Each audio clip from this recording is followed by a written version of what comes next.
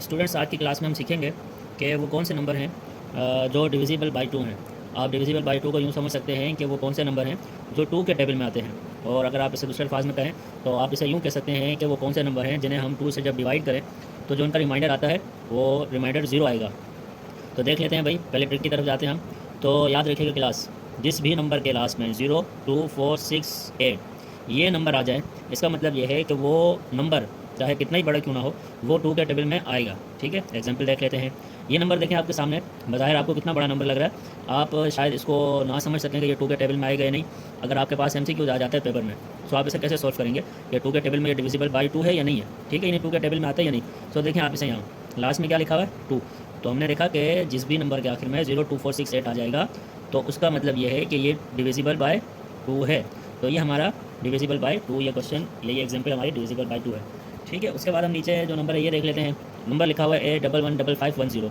इसके लास्ट में देखें, लास्ट डिजिट देखें इसका, ये 0 आ रहा है। इसका मतलब यहाँ से देखें 0, 2, 4, 6, 8 है, डिविजिबल बाय टू है। Yes, okay. इस नंबर के आखिर में देखें 4 आ रहा है। यहाँ से ट्रिक में देखें भाई, जब 4 आएगा तो डिविजिबल बाय टू होगा, तो ये डिविजिबल बाय टू है। डिविजिबल बाय 4 को देख लेते हैं जल्दी से। डिविजिबल बाय 4 को पहले समझ लेते हैं। देखें, यहाँ हमने लास्ट डिजिट की बात की, आखिरी जो आखिरी डिजिट होगा उसकी बात की है। यहाँ हम बात करेंगे लास्ट टू डिजिट्स की। ये लास्ट टू डिजिट्स हैं हमारे, ये लास्ट टू डिजिट्स हैं हमारे, और इसी तरीके से ये लास्ट टू डिजिट्स हैं हमारे, एंड ये लास्ट टू डिजिट्स हैं हमारे। डिविजिबल बाय 4 में ये होगा कि आपके सामने, आपके पास कोई भी क्वेश्चन आ जाए, अगर उसके लास्ट टू डिजिट्स जो हैं वो 4 के टेबल में आएंगे, ठीक है, लास्ट टू डिजिट्स, तो इसका मतलब वो पूरा नंबर 4 के टेबल में आएगा, ये डिविजिबल बाय 4 होगा। ठीक है, यहाँ क्या लिखा हुआ है 32, तो 32 4 के टेबल में आता है। यस, 4 का टेबल 8 टाइम पढ़ेंगे तो 32 आ जाएगा। इसका मतलब ये भी डिविजिबल बाय 4 है। यहाँ देख लेते हैं, क्या 4 के टेबल में 80 आता है? यस, आता है 20 टाइम पढ़ने से। इसका मतलब ये भी डिविजिबल बाय 4 होगा। 20 को देख लेते हैं, 20, तो यस डिविजिबल बाय 4 है ये भी। अच्छा, शुरू में जितने भी नंबर आ जाएं, जैसा भी नंबर लिखा हो, आपको उससे परेशान होने की ज़रूरत नहीं है। आपने सिर्फ ये देखना है कि लास्ट के टू डिजिट्स हैं वो 4 के टेबल में आते हैं या नहीं। अगर आते हैं तो इसका मतलब ये डिविजिबल बाय 4 है। आप इसे कह सकते हैं कि ये 4 के टेबल में आएगा। ये थोड़ी सी यहाँ देखें, 00 आ जाए तो, अब जब 00 आ जाएगा, ठीक है, 00 आने का मतलब ये है कि ये भी 4 के टेबल में डिविजिबल है, यानी कि डिविजिबल बाय 4 है, ये 4 के टेबल में आएगा।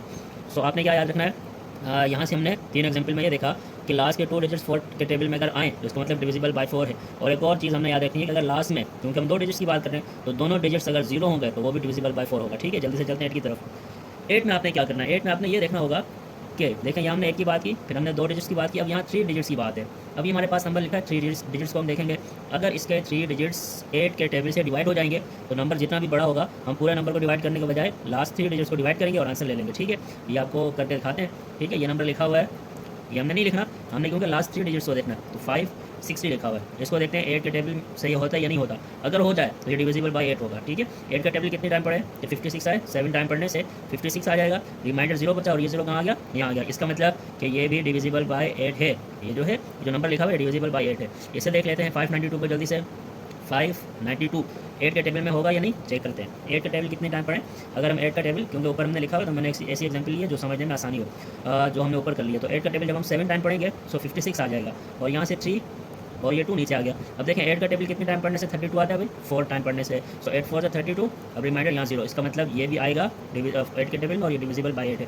इसको जल्दी से देख लेते हैं। 632, ये आपका होमवर्क है। आप ज़रा इसको चेक करके बताएंगे कि क्या जब आप इस 632 को 8 के टेबल से डिवाइड कर रहे हैं तो आपके पास आंसर, रिमाइंडर जो है वो 0 आ रहा है या नहीं। ठीक है, थैंक यू।